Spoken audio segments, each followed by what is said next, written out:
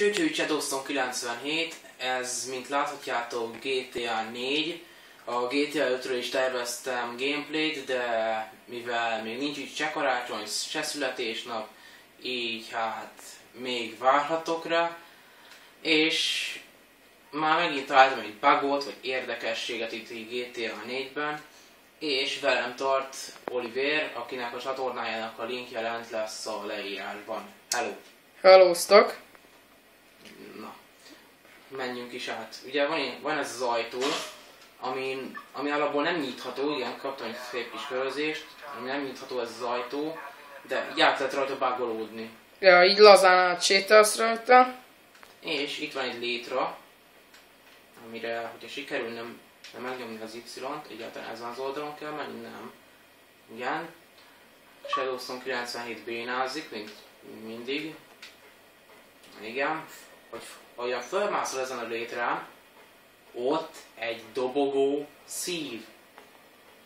De hogy mit keres az ott, azt ne tőlem kérdezzétek, hanem a játék tervezőitől. Gyakorlatilag vagy unatkoztak, vagy pedig gondolták, hogy vannak olyan idióták, mint mi, és fölkeressük az ilyeneket.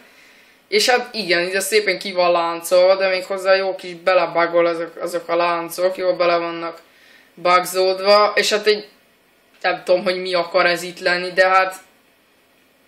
Hogy néz már ez ki? Hogy néz ez így ki? Mozog a szív, meg a lánc, meg...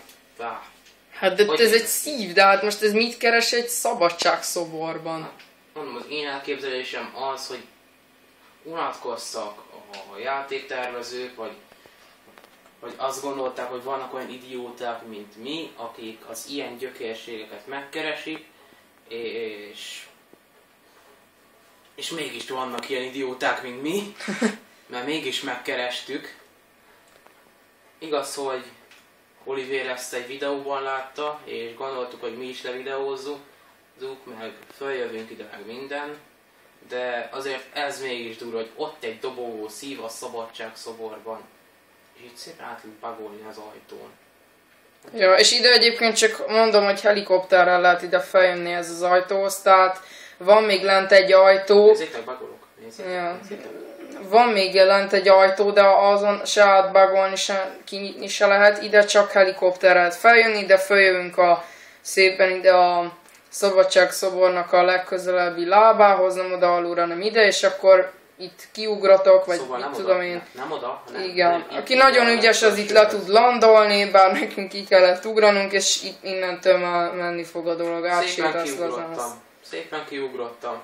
És túléltem, láthatjátok, hogy van egy csomó életem, szóval én ügyes voltam, és reméljük, hogy ti is ügyesek lesztek. Sziasztok! Hello!